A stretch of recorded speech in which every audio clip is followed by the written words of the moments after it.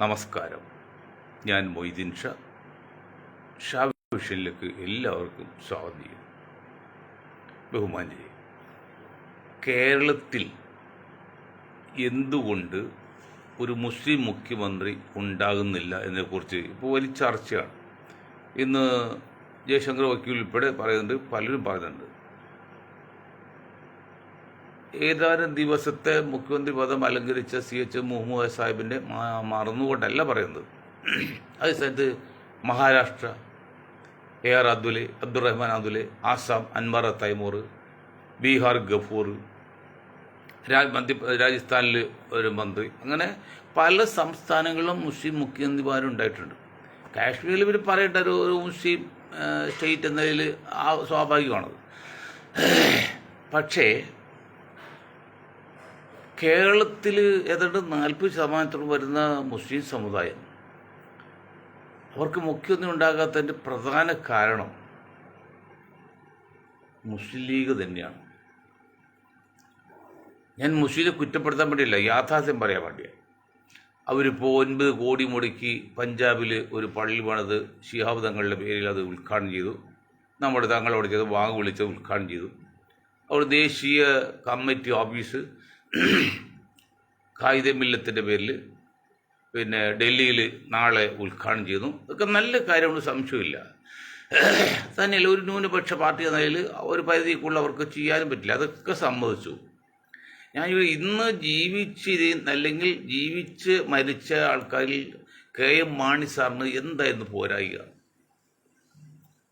എല്ലാ നിലക്കും ഫിറ്റ് ആളാണ് അദ്ദേഹം. ഒരു നിമിഷമെങ്കിലും മുഖ്യമന്ത്രി ആകുന്നത്.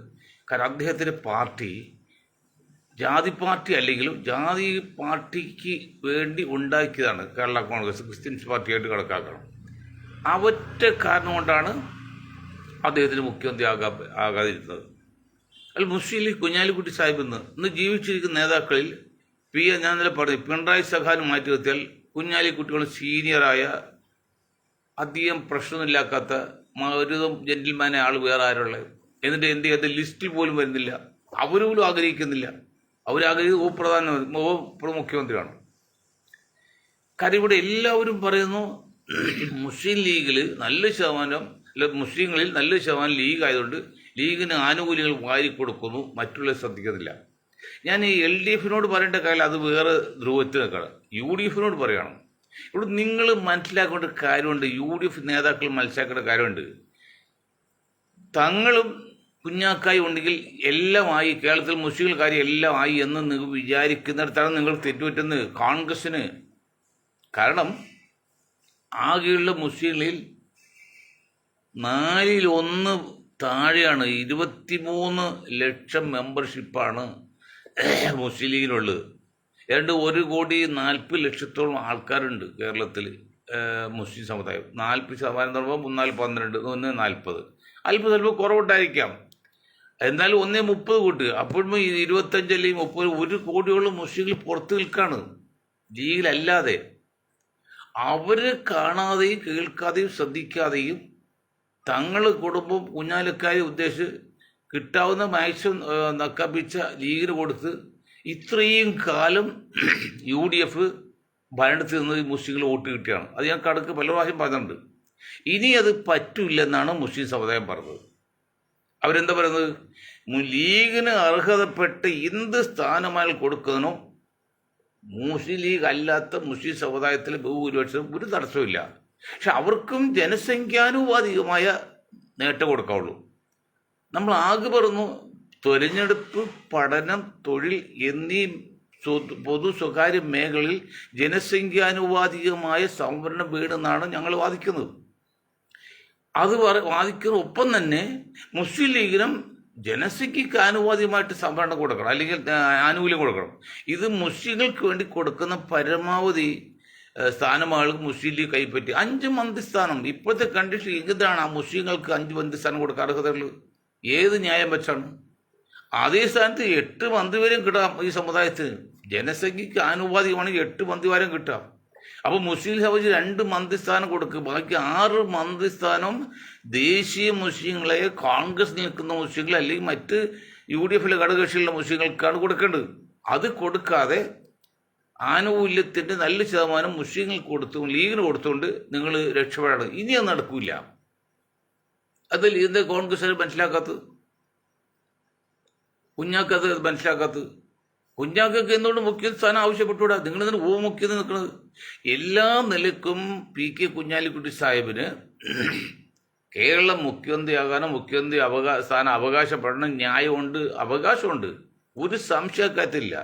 അദ്ദേഹം മറ്റ് രാഷ്ട്രീയ പ്രസ്ഥാന നേതാക്കളെ അപേക്ഷിച്ച് ഒരു പടി മുന്നിലാണ്, മാനിനാണ്, ജെന്റിൽമാനാണ്, അതും സംശയമില്ല. പക്ഷെ നിങ്ങൾ ഉപയോഗിക്കുന്ന വാക്ക് മുസ്ലിം എന്ന പേരിൽ സംഘടിക്കുന്നതുകൊണ്ടാണ് നിങ്ങൾക്ക് ഉദ്ദേശിക്കുന്ന ഫലം കിട്ടാതെ സ്ഥാനത്തെത്താൻ പറ്റുന്നത്. നിങ്ങൾ മനസ്സിലാക്കണം. മാണി സാർ ഒട്ടും മോശമല്ല, കുഞ്ഞാക്കാനേക്കാൾ ഒട്ടും മോശമല്ല, ഒരുപടി മുന്നിലാണെങ്കിലുള്ളൂ. എന്നിട്ട് അദ്ദേഹത്തിൻ്റെ മുഖ്യമന്ത്രിയാകാൻ പറ്റിയത് അദ്ദേഹം ജാതി പാർട്ടി പേര് പറഞ്ഞാലും ജാതി പാർട്ടി നിൽക്കുന്നു. അപ്പോൾ കുഞ്ഞാക്കായ ജാതി പാർട്ടിയാണ് മാറ്റിയിട്ട് നിങ്ങൾ ദേശീയ ധാരയിലേക്ക് വരണം. മുസ്ലിം സമുദായത്തിന് വാദിച്ചാലും തെറ്റില്ല. ആ ദേശീയ ധാരയിൽ വരണമെങ്കിൽ എന്ത് ചെയ്യണം? പ്രധാനമായ ഒരു ഉത്തരവാദിത്തമുണ്ട്. അത് പറഞ്ഞു തരാം. ഇതൊക്കെ പറയാം. ഇനി ഞങ്ങൾ എത്ര കാലം ഉണ്ടാവും? ഞാൻ ഇത് പറയുമ്പോൾ ചിലവർ നിങ്ങളെന്തിനും മുസ്ലിം ലീഗിനെ എതിർക്കുക, മുസ്ലിം ലീഗിനെ എതിർക്കുക. മുസ്ലിം ലീഗിനെ എതിർക്കുന്നില്ല, അവരുടെ പോളിസിയിൽ വന്ന മാറ്റമാണ് പറയുന്നത്. അത് നിങ്ങളൊരു 50 അല്ലെങ്കിൽ 60% മുസ്ലിം മെമ്പർഷിപ്പ്, ഒരു 30% അല്ലെങ്കിൽ ഒരു 20% ദളിത്, ഹിന്ദു, ഒരു 20% ക്രിസ്ത്യൻ, അങ്ങനെ 100% മെമ്പർഷിപ്പ് ഈ രീതിയിൽ ഡിവൈഡ് ചെയ്തുകൊണ്ട് നിങ്ങൾക്ക് ദേശീയ പാർട്ടി പേരിട്ടാൽ നിങ്ങൾക്ക് മുഖ്യമന്ത്രിയാകാനുള്ള എല്ലാ അർഹതയുടെ യോഗ്യതയുടെ അവസരമുണ്ട്. ഇന്നത്തെ കണ്ടീഷനിൽ നിങ്ങൾ നിൽക്കുന്ന മുഴുവൻ സീറ്റ് ജയിച്ചാൽ പോലും നിങ്ങൾക്ക് മുഖ്യമന്ത്രിയായി ചോദിക്കാനുള്ള അവകാശം ഇല്ലെന്ന് മാത്രമല്ല, നിങ്ങൾ ചോദിക്കുകയില്ല, നിങ്ങൾ പ്രതീക്ഷിക്കുന്നില്ല. പക്ഷെ സമൂഹം അങ്ങനെയല്ല, സമുദായം അങ്ങനെയല്ല.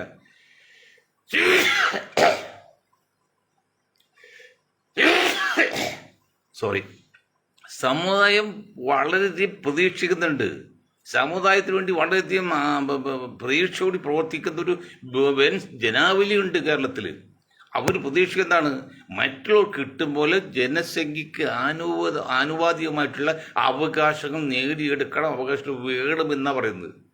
അത് വെച്ച് നോക്കുമ്പോൾ ഇന്നത്തെ കണ്ടീഷനിൽ മുസ്ലിം ലീഗിൻ്റെ ആ പ്രസ്ഥാനം മുന്നോട്ട് പോകുമ്പോൾ നിങ്ങൾക്ക് മുഖ്യമന്ത്രിയായിട്ട് അവകാശപ്പെടാൻ ചോദിക്കാം. പക്ഷെ അത് നിങ്ങൾ രണ്ട് കാര്യം. ഒന്ന്, ആ മുസ്ലിം എന്ന് ഞാൻ വീണ്ടും പറയുന്നത്, മുസ്ലിം എന്ന വാക്കിന് മുസ്ലിം മതത്തിന് യാതൊരു പോരായില്ല. ലോകത്തിലെ മറ്റേതൊരു മതത്തോടൊപ്പം നിൽക്കുക അല്ലെങ്കിൽ ഒരുപടി മുന്നിൽ നിൽക്കുന്ന മതമാണ് ഇസ്ലാം മതം. പക്ഷേ അത് രാഷ്ട്രീയത്തിൽ വരുമ്പോൾ, അത് ഭൗതികത്തിൽ വരുമ്പോൾ, ആത്മീയത്തിൽ കുഴപ്പമില്ല, ഭൗതികത്തിൽ വരുമ്പോൾ അത് ജാതി പാർട്ടിയായിട്ട് താഴ്ന്നു, ഗ്രേഡ് കുറഞ്ഞു. ഞാൻ പണ്ട് ചത്ത ഗുജറാത്ത് എന്ന് പറഞ്ഞാൽ, നെഹ്റു ചത്ത ഗുജറാത്ത് എന്ന് പറഞ്ഞാൽ മുസ്ലിം ലീഗിന് ഒരു ഉളുമ്പ് അല്ലെങ്കിൽ ഒരു അയബ്, ഒരു ന്യൂനത ഉണ്ടായത്. ആ ന്യൂനത പോയത് CH മുഹമ്മദ് സാഹിബ് രംഗത്ത് വന്നതിന് ശേഷം അദ്ദേഹത്തിൻ്റെ പ്രസംഗ ശൈലി, പ്രവർത്തന ശൈലിയും കണ്ടാണ് മുസ്ലിം ലീഗിന് ആ ഒരു ഉളുമ്പ് അല്ലെങ്കിൽ ഒരു ഒരു ന്യൂനത പോയത്. അത് ഒരു മാറ്റം വന്നു. മുസ്ലിം ലീഗിൽ നിന്ന് കേരളം അംഗീകരിക്കുക, എല്ലാ പാർട്ടിയും അംഗീകരിക്കുകയാണ്. പക്ഷെ അത് പോരാ, അംഗീകരിച്ചാൽ പോരാ, നിങ്ങൾക്ക് അംഗീകാരം കിട്ടണം. അംഗീകാരം കിട്ടുന്നതും അംഗീകൃതം വ്യത്യാസമുണ്ട്, അത് ഞാൻ പറയണ്ടല്ലോ. അപ്പം അംഗീകാരം കിട്ടണമെങ്കിൽ നിങ്ങൾ ഈ 2 കാര്യം ചെയ്യണം. ഞാൻ പറഞ്ഞില്ല, പാലുള്ളി മുഹമ്മദ് സാഹിബ് പിന്നെ ഇടതുപക്ഷം കേരളത്തിൽ മുഖ്യമന്ത്രി സ്ഥാനാർത്ഥിയായി ചിത്രീകരിച്ചുകൊണ്ട് പോസ്റ്ററുകളും ബാനറുകളും നിറയുമ്പോൾ 40% വരുന്ന മുസ്ലിം സമുദായത്തിൽ ഇന്ത്യൻ നാഷണൽ കോൺഗ്രസ് നയിക്കുന്ന കോൺഗ്രസ് പാർട്ടിയിൽ പ്രചരണ നോട്ടീസിലോ പോസ്റ്ററിലോ ബാനറിലോ ഒരു മുസ്ലിമിൻ്റെ തല വയ്ക്കാൻ പോലും ഉണ്ടായില്ല. നിങ്ങൾ ശ്രദ്ധിച്ചു കേൾക്കണം. ഞാൻ ഇന്നലെ നോട്ട് ദി പോയിന്റ്. 40% വരുന്ന മുസ്ലിം സമുദായം, ഏതാണ്ട് 4/1 വരുന്ന അതിൽ 4/1 ലീഗ്, ബാക്കി 4/3 മുസ്ലിങ്ങൾ ലീഗിന് പുറത്താണ്. അതിൽ 90% കോൺഗ്രസിലാണ്. ഈ 10% പോലും മറ്റു പാർട്ടികളിലില്ല. അതായത് കമ്മ്യൂണിസ്റ്റ് പാർട്ടിയിൽ കുറച്ചാണ് മറ്റു പാർട്ടി. എന്നിട്ട് കഴിഞ്ഞ മുമ്പിലത്തെ ഇലക്ഷനിൽ UDFൻ്റെ പ്രചരണ വാഹനത്തിലോ പ്രചരണ പോസ്റ്ററിലോ ഒരു മുസ്ലിമിൻ്റെ പേര് വയ്ക്കാൻ സാധില്ല. വച്ചത് തങ്ങളിലെ വെച്ച് പിന്നെ കുഞ്ഞാലിക്കുട്ട വെച്ചത്. അത് മുസ്ലിം ലീഗുകാരാണ്, മുസ്ലിമല്ല, ലീഗുകാരാണ്. ഞാൻ രമേശിയോട് ചോദിച്ചത്, വിളിച്ചതിന് ചോദിച്ചു, രമേശ് എന്താണ് അങ്ങനെ? അപ്പോൾ രമേശ് പറഞ്ഞ മറുപടി അറിയുമോ? ഒന്നുകിൽ KPCC പ്രസിഡന്റ് ആയിക്കണം, മുൻ പ്രസിഡന്റ് ആയിക്കണം, അല്ലെങ്കിൽ പ്രതിപക്ഷ നേതാവായിരിക്കണം, അങ്ങനെ, അല്ലെങ്കിൽ മുൻ മുഖ്യമന്ത്രിയൊക്കെ ആയിരിക്കണം. ഇതൊന്നും ഇതായില്ല. ഈ 60 വർഷമായിട്ടും എന്താണ് സാർ 40% മുസ്ലിങ്ങളിൽ നിന്ന് നിങ്ങൾക്ക് ഒരാളെ ഉണ്ടാക്കാൻ പറ്റില്ല? TU ബാബ സാഹിബിന് ശേഷം 60 വർഷമായിട്ടും ഒരു മുസ്ലിം KPCC പ്രസിഡന്റ് ആക്കാൻ പറ്റുമോ? അതിനൊക്കെ നിങ്ങൾ ആക്കിയല്ലോ. ആരാണ്? എം ഹസനെ ആക്കിയിട്ട് നിങ്ങൾ എങ്ങനെ രാജിവെപ്പിച്ചത്? അന്തസ്സുണ്ടോ എം ഹസനും? അന്തസ്സുണ്ടോ കോൺഗ്രസ് നേതാക്കളെ? എം ഹസൻ കോഴിക്കോട് നയിക്കുന്ന ജാഥ തൃശ്ശൂർ വന്നപ്പോൾ അന്തരിച്ച ഉമ്മൻചാണ്ടിയും ജീവിച്ചിരിക്കുന്ന രമേശും കൂടി അദ്ദേഹത്തെ മാറ്റാൻ വേണ്ടി ഡൽഹിക്ക് പറഞ്ഞേക്കാണ്. അത് ഒരാഴ്ച കൂടി കടന്നെങ്കിൽ ആ ജാഥ ട്രിവാൻഡ്രത്തിൽ നിന്ന് അവസാനിക്കുന്നത്. അതുവരെ കാത്തിരുന്നില്ല. അതുകൊണ്ട് ആ ജാഥ പൊളിച്ചു കളഞ്ഞ്. അങ്ങനെ അസദ് നയിക്കും ജാഥ ജയിക്കണ്ട എന്ന് ഗ്രൂപ്പിസം ദുഷ്ടം വെച്ച് അവർ ഡൽഹിക്ക് പറഞ്ഞ് അവിടെ മാറ്റി. ഇതാണ്ടോ സംസ്കാരം, കോൺഗ്രസ് സംസ്കാരം? ഇത് ചോദ്യം ചെയ്യാൻ ഒറ്റ മുസ്ലിം ഉണ്ടോ? ധൈര്യമുണ്ടോ? നട്ടിൽ വരക്കാതെ അവകാശങ്ങൾ നേടിയെടുക്കുന്നു, ചോദിക്കുന്നു. വർഗീയതല്ലെന്നേ. നിങ്ങൾക്കൊക്കെ വലിയ മോസ്റ്റ് പോണ ചിന്താഗതിയുള്ള ഇന്റർനാഷണൽ ചിന്തകനാണെന്നൊക്കെ ഞാൻ പറയാം. അത് അഹങ്കാരമല്ല, എൻ്റെ ചിന്ത അത് തന്നെയാണ്. ചെറിയ ചിന്തയൊന്നുമില്ല. ഞാൻ സമ്പന്നനല്ല, അത് സംബന്ധിച്ചു. പക്ഷെ വലിയ ചിന്തകൻ. ഞാൻ പറയുന്നത് എന്താണ് വർഗീയത, എന്താണ് ജാതീയത, എന്താണ് സ്വാർത്ഥ, എന്താണ് രാജ്യദ്രോഹം? ഈ നമുക്ക് കിട്ടാൻ അർഹതപ്പെട്ട അവകാശങ്ങൾ നേടിയെടുക്കുന്നതിന് വേണ്ടി പ്രവർത്തിക്കുന്നതോ നേടിയെടുക്കണമെന്ന് ആഗ്രഹിക്കുന്നതോ ഒന്ന് വർഗീയതല്ലടോ. മറ്റുള്ളവർക്ക് കിട്ടേണ്ട അവകാശങ്ങൾ നമ്മൾ കൃത്യമായിട്ട് നേടിയെടുക്കാതെ വർഗീയത, ജാതീയത. എന്നിട്ട് എന്ത് മുസ്ലിം അല്ല കോൺഗ്രസിലുള്ള മുസ്ലിങ്ങൾ ഒരാൾ പോലും അവകാശം ചോദിക്കില്ല. അവർക്ക് ധൈര്യമില്ല. അവർ ചോദിക്കുക എനിക്കൊരു MLA ആകണം, എനിക്കൊരു മന്ത്രിയാകാൻ കഴിയുമെങ്കിൽ. ഇവിടെ ആലുവയിൽ മുഹമ്മദ് സാഹിബ് ഉണ്ടല്ല, 5 പ്രാവശ്യം MLA ആയ യാതൊരു പരാതിയില്ലാത്ത നിഷ്കളങ്കനായ ഒരാൾ, സാധു മനുഷ്യൻ. അദ്ദേഹത്തിന് മന്ത്രിസ്ഥാനം കൊടുക്കാൻ ഈ കരുണാകരനോ ആന്റണിയോ ഉമ്മൻചാണ്ടിയോ എന്നെങ്കിലും ശ്രമിച്ചോ? 5 പ്രാവശ്യം അത് ജയിച്ചില്ലേ? യാതൊരു പരാതിയില്ലാതെ പ്രശ്നമില്ലാതെ പാർട്ടിക്ക് ഒരു ബാധ്യത ഉണ്ടാക്കാത്ത ആര്യാടി മുഹമ്മദിന് അവസാനം ഉന്തി ഉരുട്ടി കുറച്ചാൾ മന്ത്രിസ്ഥാനം കൊടുത്തിട്ടാണ്. ഇവർക്ക് മുഖ്യമന്ത്രി അർഹത ഉണ്ടായില്ലേ? മുഹമ്മദ് അലിക്ക് മുഖ്യമന്ത്രി അർഹത ഉണ്ടായില്ലേ? അല്ലെങ്കിൽ മന്ത്രിയാകാൻ അർഹത ഉണ്ടായില്ലേ? കൊടുത്തില്ല, കൊടുക്കൂല. ഇനി അത് വേണ്ട. നമുക്ക് എല്ലാവർക്കും നീതി ലഭിക്കണം, അതിൽ ഒരു സംശയമില്ല. അതാണ് വിഷയം. അപ്പം അതുകൊണ്ട് മുസ്ലിം ലീഗിന് വലിയൊരു ഉത്തരവാദിത്വം, ഒരു ബാധ്യത, അല്ലെങ്കിൽ ഒരു ധാർമ്മിക ഉത്തരവാദിത്വമാണ്. അതെന്താണെന്ന് വെച്ചാൽ കേരളത്തിൽ മുഖ്യമന്ത്രി സ്ഥാനാർത്ഥി പദത്തിലേക്ക് വരാനുള്ള സാധ്യത ഒരുക്കുക എന്നുള്ളതാണ്. അത് നിങ്ങൾ ചെയ്തില്ലെങ്കിൽ പിന്നെ പുറത്ത് നിൽക്കുന്ന മുസ്ലിങ്ങൾ ചെയ്യേണ്ടി വരും. പിന്നെ നിലവിളിച്ചിട്ടും കണ്ണീരടിച്ചിട്ടും കാര്യമില്ല. അതുകൊണ്ട് നിങ്ങൾ എന്ത് ചെയ്യേണ്ടതാണ്? മുസ്ലിം എന്ന പേര് മാറ്റി ദേശീയ താരയിലേക്ക് പാർട്ടി ഉണ്ടാക്കാം. ഒരു സംശയക്കാത്തില്ല. അത് ചെയ്യണം, ചെയ്തിരിക്കണം. ഈ പറയുമ്പോൾ നിങ്ങൾ നമുക്ക് കിട്ടേണ്ട അവകാശങ്ങൾ ചോദിച്ചു വാങ്ങാൻ എന്താണ് മടി?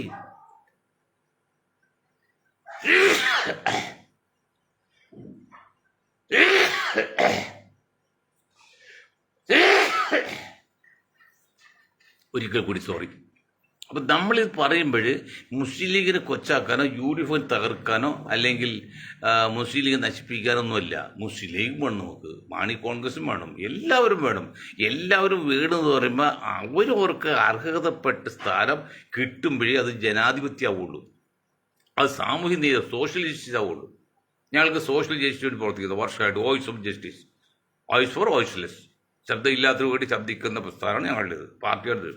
അപ്പം അങ്ങനെ ചെയ്യുമ്പോൾ മുസ്ലിം ലീഗ് അങ്ങനെ ഒരു കാര്യം പ്രത്യേകം ശ്രദ്ധിക്കണം. UDF പ്രത്യേകം ശ്രദ്ധിക്കണം. ഈ മറ്റൊരു കാര്യം, ഇപ്പോൾ സരിത കേസൊക്കെ ഉണ്ടായി, സ്വപ്ന കേസൊക്കെ ഉണ്ടായി. ഇപ്പോൾ പുതിയൊരു കേസ് വരുന്നുണ്ട്, രാഹുൽ മാങ്കൂട്ടത്തിനെ രാജിവഹിക്കണം, MLA സ്ഥാനം രാജിവഹിക്കണമെന്ന് ഞങ്ങൾ പറയുന്നില്ല. പക്ഷേ അതേ സ്വമേധയാ എന്ന് പറയുന്ന അല്ലെങ്കിൽ പാർട്ടി പറഞ്ഞിട്ടാണോ KPCC യൂത്ത് കോൺഗ്രസ് പ്രസിഡന്റ് സ്ഥാനം രാജിവെച്ചു. ആ യൂത്ത് കോൺഗ്രസ് പ്രസിഡന്റ് സ്ഥാനം രാജിവെച്ചപ്പോൾ ഇനി അടുത്ത് നിങ്ങൾ ആരെയാണ് കോൺഗ്രസ് നിങ്ങൾ ഉദ്ദേശിക്കുന്നത്? ആ ഒരു സ്ഥാനമെങ്കിലും ഒരു മുസ്ലിമിന് കൊടുക്കാൻ പറ്റില്ലേ? എങ്കിലും നീതിയാവുള്ളൂ. ഷാഫി പറമ്പിൽ കൊടുത്ത് അത് മാറ്റി പിന്നെ മാങ്കൂട്ടത്തെ പോയി. ഇനിയിപ്പോൾ മാങ്കൂട്ടത്തെ ആൾക്കാരും അറിഞ്ഞോ അറിയാതെ രാജിവെക്കേണ്ടി വരെ രാജിവെച്ചു. ഇനി ഒരാൾ ഗ്യാപ്പ് ഉണ്ടല്ലോ, അതും നിങ്ങളെവിടെ ഈവിന് പോവോ, ക്രിസ്ത്യാനിക്ക് പോവോ, നായർക്ക് പോവോ? ഇതൊക്കെ പ്രതിഷേധമുണ്ട്. ജനകോടികളുള്ള ആൾക്കാരാണ് കേരളത്തിൽ മുസ്ലിങ്ങൾ. അവർ പ്രതിഷേധം ഞങ്ങളിപ്പോൾ ഉള്ളവർക്കാണ് അവർ അറിയാൻ പറ്റുന്നത്. കൂടെ കിടക്കുന്ന രാപ്പിനെ അറിയാൻ നോക്കില്ല. ഞങ്ങളൊരു വിശ്വാസമാണ് അവർക്ക്. യാതൊരു പാർഷ്വാലിറ്റി ഇല്ലാത്ത നിസ്വാർത്ഥമാണ്. കാരണം ഈ 77 വയസ്സിൽ 10 വയസ്സിൽ തുടങ്ങിയ പൊതുപ്രവർത്തനം 67 കൊല്ലമായിട്ടോ സർക്കാരിൻ്റെ ഏതെങ്കിലും ഡിപ്പാർട്ട്മെന്റിൽ നിന്നോ നമ്മൾ ഒരു പൈസ പോലും ആനുകൂല്യം പറ്റിയിട്ടില്ല. നമ്മൾ അധ്വാനിച്ചുണ്ടാക്കിയ പൈസ കൊണ്ട് മാത്രം ജീവിക്കുന്നത് അതിൽ നിന്ന് കിട്ടുന്ന നല്ലൊരു ശതമാനം നമ്മൾ ഈ പൊതുപ്രവർത്തനം കളഞ്ഞിരിക്കുകയാണ്. എൻ്റെ വീട്ടിൽ എൻ്റെ ബന്ധുവിന് അവർ 19 കോടി സ്വത്തുണ്ട്. ഞാൻ 50 5 ഒന്നുമില്ല. കാരണം നമ്മൾ കിട്ടുന്ന എല്ലാ പൈസ ഇങ്ങനെ പൊതുപ്രവർത്തനത്തിന് വേണ്ടി ചിന്തിക്കുകയും പ്രവർത്തിക്കുകയാണ്.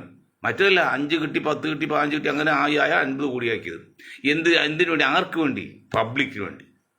ഞാൻ കുറച്ച് സമ്പാദിച്ച് സുഖമായിട്ട് ജീവിച്ച് ബെൻസ് കാൽ നടന്ന് അവിടെ നിന്ന് നേട്ടമുള്ളേ. Not on our merits but on his grace. നാം ഇത് നേടി എന്നല്ല, നാം ഇത് കൊടുത്തുള്ള. നമ്മൾ ജീവിതകാലത്ത് സമൂഹത്തിന് വേണ്ടി എന്ത് ചെയ്തു, എന്ത് പ്രവർത്തിച്ചുള്ള, അതാണ് നമ്മുടെ സന്തോഷം. അല്ല നമ്മൾ വാരി കൂട്ടി കോടികൾ ഉണ്ടായിട്ടെന്ന്. ഇപ്പോൾ TM ജയിക്കുമ്പോൾ കോടി ഉണ്ടായില്ലേ, എത്ര കോടി കണക്കണ്ട. അവസാനം നിരാശനായും അസുഖം ബാധിതനായും ഒക്കെ ആണ് മരിച്ചത്. അങ്ങനെ ഓരോ പണക്കാരും. അപ്പം അത് പോകട്ടെ. അപ്പം അങ്ങനെ വരുമ്പോൾ ഈ ഒരു യൂത്ത് കോൺഗ്രസിന് പ്രസിഡന്റ് ആയിട്ടെങ്കിലും ഈ സമുദായത്തിൽ കൊടുക്കാൻ വല്ല സാധ്യതയുണ്ടോ, ചിന്തയുണ്ടോ?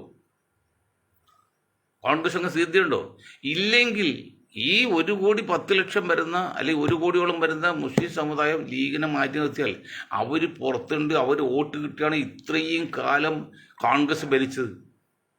ഉമ്മൻചാണ്ടിയായാലും കരുണാകരനായാലും ആന്റണി ആരായാലും വോട്ട് കിട്ടിയാൽ ആ വോട്ട് എവിടെ കിടക്കുന്നത്? വോട്ടിംഗ് പാറ്റേൺ ഞാൻ പലവരും പറഞ്ഞിട്ടുണ്ട്. അത് ശ്രദ്ധിക്കണം.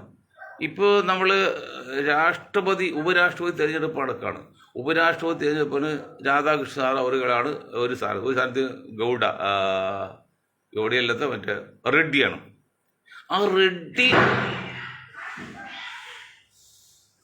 ആ റെഡ്ഡിയുടെ സമുദായം ഇന്ത്യയിൽ എത്രയുണ്ട്? ആന്ധ്രയിൽ ചില മേഖലയിൽ അവർ ശക്തമായി സമ്മതിച്ചു.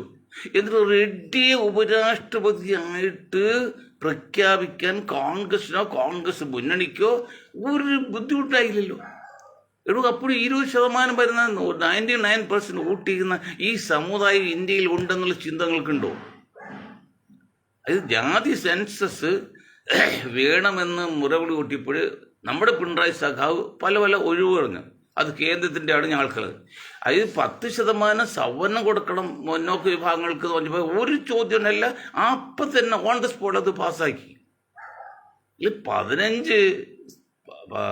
9% ഒരു പാർട്ടിക്ക് 140 സീറ്റ് അസംബ്ലി ഉണ്ടെങ്കിൽ 12 സീറ്റേ പറ്റുള്ളൂ.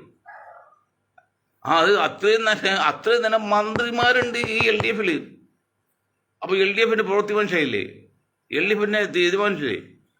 അപ്പോൾ LDF പറയുന്നറിയോ, ഞങ്ങൾക്ക് ജാതിയില്ല മതമില്ല ഒന്നുമാണ്. സമ്മതിച്ചു നീ. അങ്ങനെയെങ്കിൽ പണ്ട് അപ്പം ചുട്ടും അപ്പം ചെറുതായി പോയി കാരണമെന്ന് ചോദിച്ചപ്പോൾ വല്യമ്മ പറഞ്ഞത് നീ കണ്ണറിയില്ല മോനെ എന്നാണ്. കണ്ണറിയില്ലാത്തതുകൊണ്ട് അപ്പോൾ വല്ലായെങ്കിൽ എന്നാൽ കുറച്ച് വല്ലായി ചൂടാൻ പാടില്ലേ?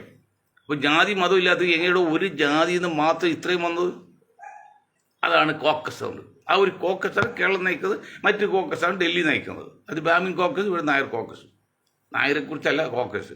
അത് അധികം നിലനിർത്താൻ വേണ്ടി അവർ പലതും കളിക്കും. ഞാനൊരു കുറ്റപ്പെടില്ല. എന്തുകൊണ്ട് അതുപോലെ കളിക്കാൻ ഈ സമുദായത്തിൽ നിന്ന് അല്ലെങ്കിൽ പിന്നോക്ക സമുദായങ്ങൾക്ക് സാധിക്കുന്നില്ല? പിണറായി വിജയൻ്റെയൊക്കെ ഓരോ കാര്യങ്ങളും അറിയാമല്ലോ ചെയ്യുന്നത്. പക്ഷെ ഇതൊക്കെ വേണമെങ്കിൽ ഒരിക്കലും ഈ സമുദായം ഉറങ്ങിക്കെടുക്കാണ്. മുസ്ലിം സമുദായം ഉറങ്ങിക്കെടുക്കുകയാണ്. അതേപോലെ പറയൂ, പണ്ട് ജിന്ന സാഹിബിൻ്റെ അടുത്ത് പാകിസ്ഥാൻ വിഭജിച്ചതിന് ശേഷം ഒരു ബ്രിട്ടീഷ് പത്രാധിപർ എന്നൊക്കെ സംസാരിക്കുന്നത് വെളുപ്പ് 2 മണിയായി രാത്രി. അദ്ദേഹം ഉണർന്നിരിക്കുകയാണ്. അപ്പോൾ ചോദിച്ചു, നിങ്ങൾ എന്താണ് ഉണർന്നിരിക്കുന്നത് ഇപ്പോൾ 2 മണിക്കും? നെഹ്റു അവിടെ ഉറങ്ങാനുള്ളത് ചോദിച്ചു. അപ്പോൾ അദ്ദേഹം പറഞ്ഞ മറുപടി ഉണ്ട്, നെഹ്റുവിൻ്റെ സമുദായം അല്ലെങ്കിൽ സമൂഹം ഉണർന്നിരിക്കുകയാണ്. ഉണർന്ന് കഴിഞ്ഞു. എൻ്റെ സമൂഹം ഉണർന്ന് കഴിഞ്ഞില്ല, അവർ ഉറങ്ങിക്കിടക്കാണ്. അവർ ഉറങ്ങിക്കിടക്കുമ്പോൾ നാം ഉണർന്നിരിക്കണം എന്ന് പറഞ്ഞ പോലെ ഈ സമുദായം ഇപ്പോഴും ഉറങ്ങിക്കിടക്കാണ്. എന്തോ ചില നക്കാപ്പിച്ച കിട്ടി അവരുടെ സാമ്രാജ്യമായിട്ട് കഴിയാണ്. അതല്ല വേണ്ടത്. സമുദായത്തിന് വേണ്ടി കൂടി വാദിക്കുമ്പോഴേ ജീവിതം പൂർണ്ണമാകുള്ളൂ. സമുദായത്തിന് വേണ്ടി വാദിക്കും. ഞാൻ കഴിഞ്ഞ ദിവസം പറഞ്ഞു, ആദ്യമായിട്ട് വ്യക്തി, പിന്നെ കുടുംബം, പിന്നെ സമുദായം, പിന്നെ സമൂഹം. പക്ഷെ ഇത് നാലും ഒന്നിനൊന്ന് പൂരിതമായിട്ട് ഒരുപോലെ തന്നെ ശ്രദ്ധിക്കണം. ഇത് ചിലരുണ്ട് സമൂഹത്തിന് ശ്രദ്ധിക്കും, സമുദായത്തെ മിണ്ടില്ല. ചിലരുടെ സമുദായത്തെ മാത്രം ചിന്തിക്കും. ഇപ്പോൾ വെള്ളാപ്പള്ളി സമുദായത്തെ മാത്രം ചിന്തിക്കുന്ന അതും പാടില്ല. അതെന്താ നിങ്ങൾ പഠിക്കാത്തത്? നിങ്ങൾ എന്ത് രാഷ്ട്രീയമാണ് കോൺഗ്രസ് എന്നുകൊണ്ട് ഈ സമുദായ സ്നേഹില്ലെങ്കിൽ? ഇപ്പോൾ എം എം ഹസൻ സാഹിബിനെ കുറിച്ച് പറയാമല്ലേ? അദ്ദേഹം അമ്പല തീർത്ഥാടനമൊക്കെ എന്താണ് അവർക്കൊരു ഗ്രൂപ്പ് ഉണ്ടാക്കാൻ പറ്റില്ല? ഉമ്മൻചാണ്ടിക്കും ആനടിക്കും പോലും ഗ്രൂപ്പ് ഉണ്ടായില്ലോ. എന്ത് മുസ്ലിം സമുദായത്തിലെ ഒരു പിന്നെ ഏതെങ്കിലും ഗ്രൂപ്പ് നേതാവ് പിന്നീട് ആര്യയുടെ മുഹമ്മദ് പറഞ്ഞിട്ടുണ്ടോ? ഗ്രൂപ്പിൻ്റെ ആള്. അപ്പോൾ ആര്യാണ് ഗ്രൂപ്പ് ഉണ്ടാക്കാൻ പറ്റില്ല. പിന്നെ കളിച്ചൊരു മഹാരോട് മരിച്ചുപോയ നമ്മുടെ ടി എച്ച് മുസ്തഫ സാഹിബ്, അദ്ദേഹം വില്ലാളി വീരനായിരുന്നു.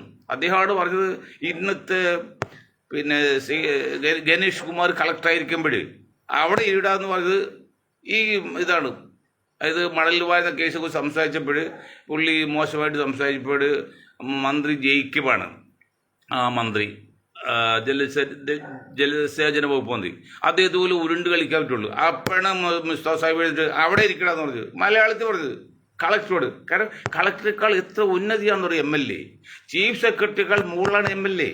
അത് മനസ്സിലാക്കണം. MLA ചീഫ് സെക്രട്ടറിയേക്കാൾ മുകളിലാണ്. അത്ര പദവി കാണിച്ച് പറഞ്ഞ ആളാ. അങ്ങനെ ആ മുസ്തഫായിട്ടും പുള്ളിക്കൊരു ഗ്രൂപ്പ് ഉണ്ടാക്കാൻ പറ്റില്ല. പുള്ളിയും കരുണാലും വാലായുള്ളൂ. ഈടോ മനുഷ്യ കോൺഗ്രസിലും മുസ്ലിങ്ങളും നിങ്ങൾ എന്ത് മണ്ടനാണ്? നിങ്ങൾക്ക് എന്തോ ഇത്രയും സന്നാഹമുള്ളൊരു പാർട്ടിക്ക് നിങ്ങളുടെ പേരിൽ ഒരു ഗ്രൂപ്പ് ഉണ്ടാക്കാൻ പറ്റാത്തതാണ്. നിങ്ങളെന്തിനാ അവരൊക്കെ ആശ്രയിക്കുന്നത്? മനസ്സിലായില്ലേ? അതിനകത്ത് നിങ്ങൾ അൺഫിറ്റായി പോകുന്നതിൽ ബുദ്ധിമുട്ടുണ്ടെന്നേ. ആ സമുദായത്തിൻ്റെ ആളെന്ന നിലയിൽ, ഒരു മുസ്ലിം എന്ന നിലയിൽ എനിക്ക് എൻ്റെ സമുദായം അതംബന്ധിച്ച് പോകുന്നു, അല്ലെങ്കിൽ മറ്റുള്ള മുമ്പിൽ കൊച്ചാവ് ചെയ്യുമ്പോൾ നമുക്ക് മാനസികമായിട്ടും ശാരീരികമായിട്ടും ബുദ്ധിപരമായിട്ട് പോലും വിഷമമുണ്ട്. അതായി പറയുന്നത്. അതിനർത്ഥം നാളെ നിങ്ങൾ തെരുവിലിറങ്ങി മറ്റു സമുദായത്തെ ആക്രമിക്കാനല്ല, അവരെല്ലാം മുന്നിൽ നിന്നുകൊണ്ട് നിർത്തിക്കൊണ്ട് അവരെല്ലാം സപ്പോർട്ട് കൂടി ഈ സമുദായത്തിന് വേണ്ടി കൂടി ബാധിക്കണം. അത് വർഗീയതല്ല. അപ്പോൾ കോൺഗ്രസ് ചെയ്യേണ്ട കാര്യം, അപ്പം ഞങ്ങൾ ഉപരാഷ്ട്രപതി തെരഞ്ഞെടുപ്പ് പറഞ്ഞ് അത് ആരാന്നറിയാമല്ലോ. ഈ ഒരു കാര്യം പറഞ്ഞ് നിർത്തുകയാണ്. അൽ ഉമ്മ എന്നൊരു പ്രസ്ഥാനം ഉണ്ടാക്കി 10 ലക്ഷം രൂപ അന്ന് ജയലളിത കൊടുത്താണ് അവിടെ കോയമ്പത്തൂർ ഉണ്ടായത്. അന്ന് ഞാൻ ട്രിവാൻഡ്രത്ത് യോഗത്തിൽ പങ്കെടുക്കുകയാണ്. അദ്വാനിജി വന്ന് റെസ്റ്റ് ഹൗസ് ക്യാമ്പിയാണ് അവിടെ ഈ കുഴപ്പമുണ്ടാക്കി. എന്താ അൽ ഉമ്മ എന്നിട്ട് ആ തെണ്ടികൾ ചെയ്യുന്നറിയോ? ഒരു 3 തടിമാടന്മാർ വെള്ളം അടിച്ചിട്ട്, കകമരാണ് അടിച്ചിട്ട്, ഒരു ലൂണയിൽ ലോറി കയറി ഉക്കടം ജംഗ്ഷനിൽ ചെന്ന്, പോലീസ് ജംഗ്ഷനിട്ട് ലൂണയിൽ 3 തടിമാടന്മാർ കയറി അവരെന്തോ ചോദ്യം ചെയ്തപ്പോൾ തർക്കമുണ്ടാക്കി അവനെ കുത്തിയാൾ കൊന്നു.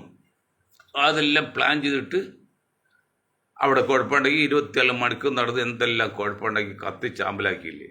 എന്താണ് കോയമ്പത്തൂർ ഇറങ്ങേണ്ട പിന്നെ അദ്വാനിജി ട്രിവാൻഡ്രത്ത് ഇറങ്ങിയതാ? കോയമ്പത്തൂർ പ്രശ്നം തീർന്ന് അറിഞ്ഞാലേ ഇവിടുന്ന് അങ്ങോട്ട് പോവുള്ളൂ. അതിലും ട്രിവാൻഡ്രത്ത് നിന്ന് വെയിറ്റ് ചെയ്ത്. അപ്പോൾ അതിനർത്ഥം അവിടെ ശോഭ എന്നും ശോഭിക എന്നും 2 ടെക്സ്റ്റൈൽ ഉണ്ടായി.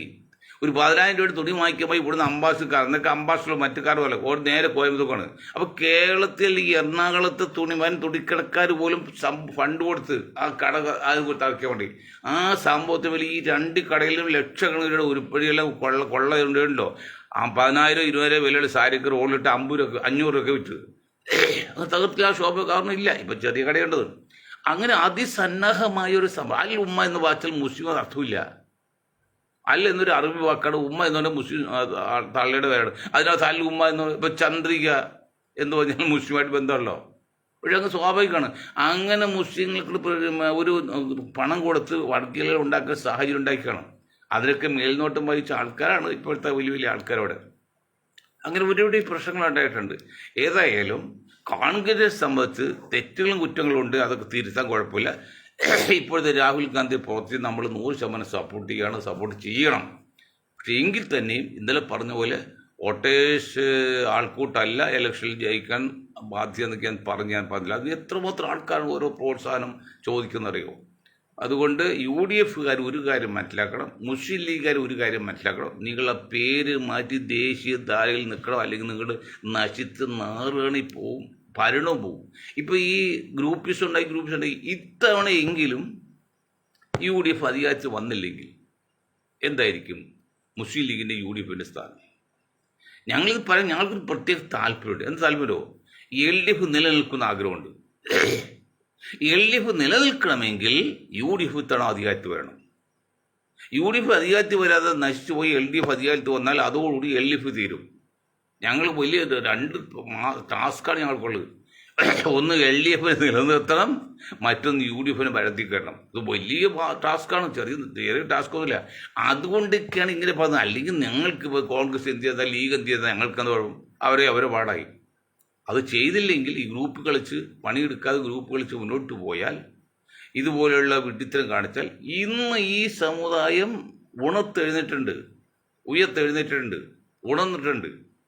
അത് ഞങ്ങളെപ്പോലെ വർഷങ്ങളായി പ്രവർത്തനമുണ്ട്. പോയിപ്പോൾ നിസ്സാര കാര്യമെങ്കിലും വലിയൊരു ബഹുജന മുന്നേറ്റം പോലെ അല്ലെങ്കിൽ വലിയ ബോധവൽക്കരണം. ഇത് മനുഷ്യൻ സാമൂഹ്യ ജീവിയാണ്, അവൻ പ്രതികരണശേഷിയുള്ളവനായിരിക്കണം. പ്രതികരണശേഷി ഉണ്ടാകുക എന്ത് ചെയ്യണം? ബോധവൽക്കരണം ചെയ്യണം. ആ ബോധവൽക്കരണമാണ് കഴിഞ്ഞ 50 വർഷമായിട്ട് ജനസംഖ്യാനുപാതിക സവർണ ഉൾപ്പെടെ കാര്യം വേണം പറഞ്ഞ് എല്ലാവരും ഉണർത്തിയത്. എല്ലാവരും ജനസംഖ്യാനുപാതികമായിട്ട് തുല്യ നീതിക്ക് വേണ്ടി പറഞ്ഞു. അത് വളരെ എഫക്റ്റീവ്. അത് ഫലം കൊയ്യാൻ പോവാണ്. എങ്ങനെ കൊയ്യുന്നത്? ഈ 1,10,00,000 വരുന്ന മുസ്ലിം വോട്ടർമാർ അവർ റീതിങ്ക് ചെയ്യും. അവർ വോട്ട് വേണം എങ്കിൽ മാത്രമേ UDF ജയിക്കാൻ സാധ്യതയുള്ളൂ. അത് കിട്ടുമോ ഇല്ലാത്തതുകൊണ്ടാണ് LDF രാഷ്ട്രീയ നിലനിൽപ്പിന് വേണ്ടിയാണെങ്കിലും സംഘപരിവാർ അനുകൂലം അല്ലെങ്കിൽ മുസ്ലിം വിരോധം കാണിക്കുന്നത്. അവർക്ക് വോട്ട് കിട്ടണ്ടേ? ഇവിടെ കിട്ടില്ല എന്ന് ഞങ്ങൾ തന്നെ പറഞ്ഞു. ഞങ്ങൾ LDFിന് മുസ്ലിം സമുദായത്തിൽ 95% വോട്ടും കിട്ടില്ല. കാരണം അത് LDFിന് വിരോധം കൊണ്ടല്ല.